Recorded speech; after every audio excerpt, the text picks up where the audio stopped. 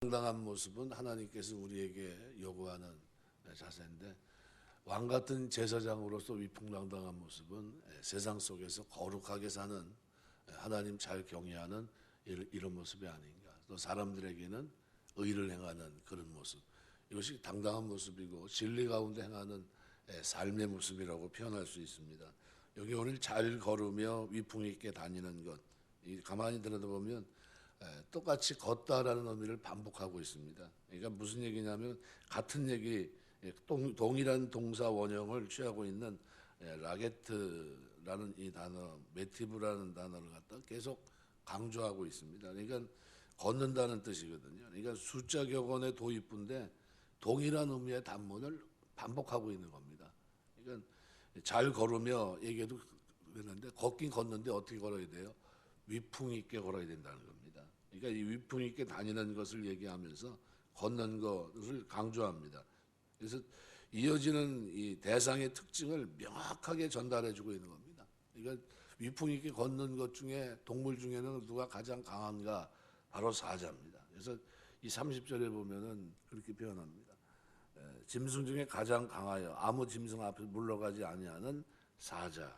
그러니까 짐승, 가장 강한다는 끼뽀르란 말은 용사를 말하거든요. 전능자, 강력한 이런 뜻입니다. 그러니까 이것이 짐승 중에라는 이 표현과 같이 쓰여서 사자의 늠름한 모습, 사자의 늠름한 모습, 아주 당당한 면모를 나타내주고 있는데요.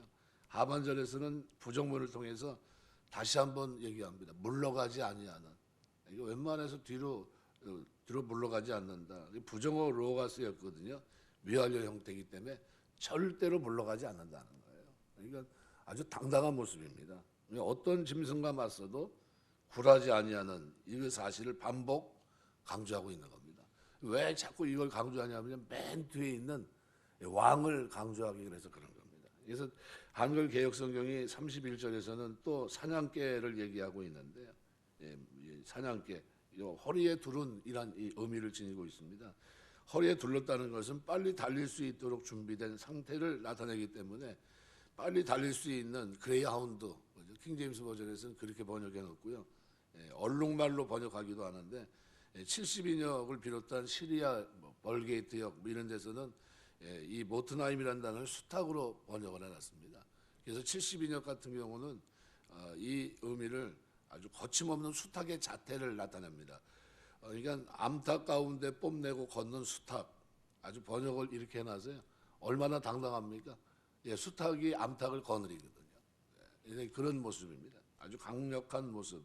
31절에 사냥개와 그다음에 숫염소와 당할 수 없는 왕이다. 이 숫염소라고 했는데 타윗이란 말은 머리로 받는다. 그런 의미에서 유래한 말에 유래했기 때문에 숫염소는 자기의 가족을 보호하기 위해서 선두에 서서 당당하게 전투 태세를 갖추는 그런 싸움이 일어났을 때 물러서지 않는 굳센 기계를 가진 동물로 알려져 있습니다. 아주 강한 거죠. 그래서 31절 하반절에는 그래서 사냥개와 숫염소 및 당할 수 없는 왕이다. 당할 수 없는 왕이란 말은 대항할 수 없고 그 앞에 설 수 없을 정도의 아주 당당한 왕, 그죠? 왕 앞에 섰을 때 누가 두려워하지 않겠습니까? 여기에서 많은 학자들이 알루쿰이라는 단어를 군대 무리의 의미로 번역하고 또 그가 군대와 함께 할 때 그 왕, 그죠? 얼마나 당당합니까? 중국에 수양제가 침공해 왔을 때 어마어마하잖아요. 그 대군, 엄청난 대군을 가지고 왔을 때 그 대군을 보면서 어때요? 이건 불보듯 우리가 이긴다. 아주 위풍당당한 모습이죠. 전령을 딱 보내서 항복해라 하면서 이렇게 전령을 보내면서 얘기할 정도로 아주 강력한 모습인데요. 그런 모습을 얘기합니다. 그러니까 앞서 제시된 짐승과 같이 영도력을 가지고 있는 왕에 대한 합당한 존경, 복종 이것을 바쳐야 될 것을 얘기하지만 실제적으로는 그보다 더 나가서 새 짐승과 더불어 왕과 같이 당당하고 건건한 아주 굳건한 삶을 살아야 된다라는 것을 권면한 것으로 이해하는 것이 더 맞습니다. 그러면 이 본문이 우리에게 지혜자로서 우리에게 전달하고 있는 내용은 뭐냐면요. 성도로서의 당당함입니다.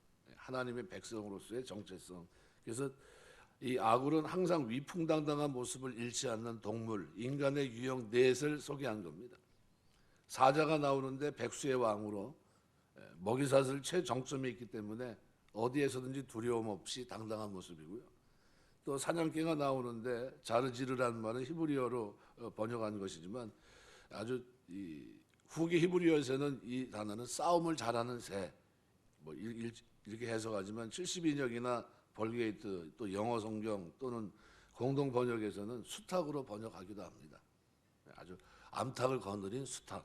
그러니까 닭은 솔로몬 이후에나 팔레스타인 지역에 알려졌고 구약의 수탉, 암탉이니 하는 말들은 없었기 때문에 이거는 좀 받아들이기 좀 쉽지 않다. 그래서 많은 학자들은 원문을 직역해서 허리에 띠를 두르다라는 뜻에 근거해서 허리에 가죽끈을 두른 사냥개, 말을 의미하는 것으로 보기도 합니다. 그러니까 이러한 동물들을 전쟁터에 두려움 없이 앞으로 나아가는 그런 속성이 있습니다. 그죠? 전쟁하는데 말들이 어떻게 해요? 아주 강력하게 뭐 화살이 오든 뭐 어떤 문제가 있든 뭐 달려갑니다. 이런 모습이죠. 욥기 39장 19에서 25절의 기록인데요. 아주 당당한 모습이죠. 놀래가지고 뒤로 물러가는 모습이 아니고 또 숫염소도 가족을 지키기 위해 선두에 서서 당당하게 전투태세를 취하는 염소의 모습을 가리킵니다. 왕의 모습도 당할 수 없다라는 이 말, 히브리 말은 알로콤이라는 말은 대적해 일어날 수 없을 정도로 위풍당당한 모습입니다. 그러니까 한글 개혁성경은 대적해 일어날 수 없다는 의미로 해석을 하고 있고 다른 학자들은 자기 백성이나 군사와 함께 있는 왕으로 해석하기도 합니다. 그런데 뭐 어느 쪽으로 해석을 하든 자기 군사에 둘러싸여 있는 지지를 받고 있는 왕이라고 한다면 누구도 대적할 수 없는 권세를 갖춘 그런 왕입니다. 그러니까 이 위에 소개된 네 가지는 왕이나 지도자의 위치에 있는 자가 항상 늠름하고 위풍당당해야 된다라는 교훈을 전해주고 있는데요. 조금 깊이 생각해 보면 위에 네 가지는 단지 지도자에게만 얘기하는 것이 아닙니다. 지도자 위치에 있는 자뿐만 아니라 모든 성도를 향한 교훈입니다. 왜냐하면 네 가지는 다음과 같은 점에서 성도의 모습 그 자체라고 할 수 있습니다. 첫 번째는 성도는 세상의 빛, 소금으로 세상을 이끌어가야 될 위치에 있습니다. 정체성이 거기 있거든요. 세상이 썩어가는데 우리 때문에 썩지 않고 세상이 어두운데 우리 때문에 등대 역할을 하기 때문에 빛 그 자체입니다. 그래서 이 자세가 숨어 있을 수 없죠. 그죠? 자기의 어떤 희생 이런 걸 가면서 살아가는데 자기의 분명한 입장이 없으면요 그 길을 걸어갈 수 없습니다. 좁은 길이면서 우리 시민권이 하늘에 있다는 이 사실 앞에 하나님이 나를 택하여 세웠다는 이것이 나이기 때문에 성도는 세상에 사는 동안 빛과 소금으로 살아가는데 마지못해 그 길을 걷는 게 아니라요. 어쩔 수 없이 걷는 게 아니라요.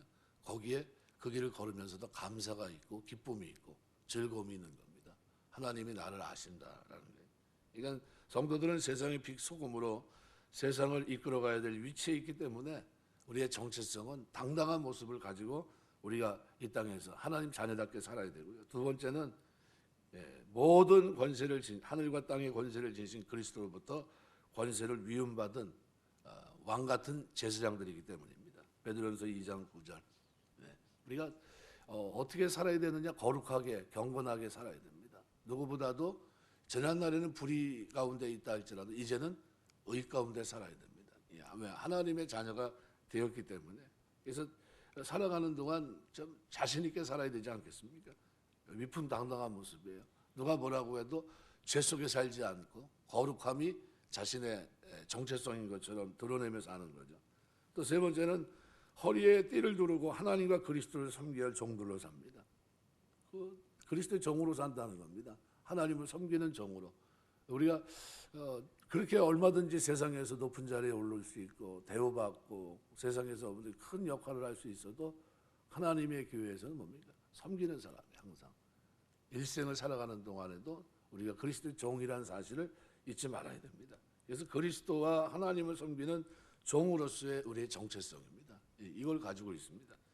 또 마지막으로는 성도들의 옆에는 만왕의 왕이신 그리스도께서 늘 함께 하실 뿐만 아니라 천군 천사들이 둘러 보호하고 있습니다. 뭐 때문에 그렇게 보호합니까? 하나님의 것이 되었기 때문이죠.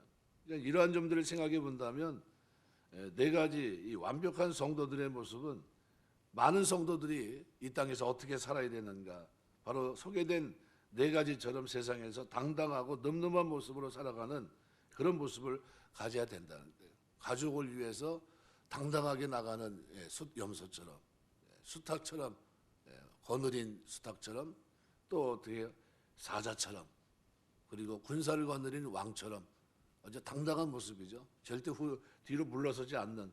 그래서 내가 가는 이 길에 대한 자신감, 그 이상으로 하나님이 나와 함께하고 있다는 이 놀라운 사실 앞에, 그리고 내가 무엇 때문에 이 땅을 살아가야 된다라는 이 정체성이 나에게 있기 때문에, 그래서 세상에서 당당하고 늠름한 모습으로 살아가지 못하는 이유는 우리가 누구인지, 왜 어떻게 살아야 되는지에 대한 대답을 우리가 갖고 있지 못하기 때문입니다. 이것을 깨닫지 못하면서 그렇게 살아가면 안 되겠죠. 그래서 그에 대한 책임을 다하지 않고 거룩과 순결을 버리고 죄악을 쫓아가기 때문에 당당하지 못하는 겁니다.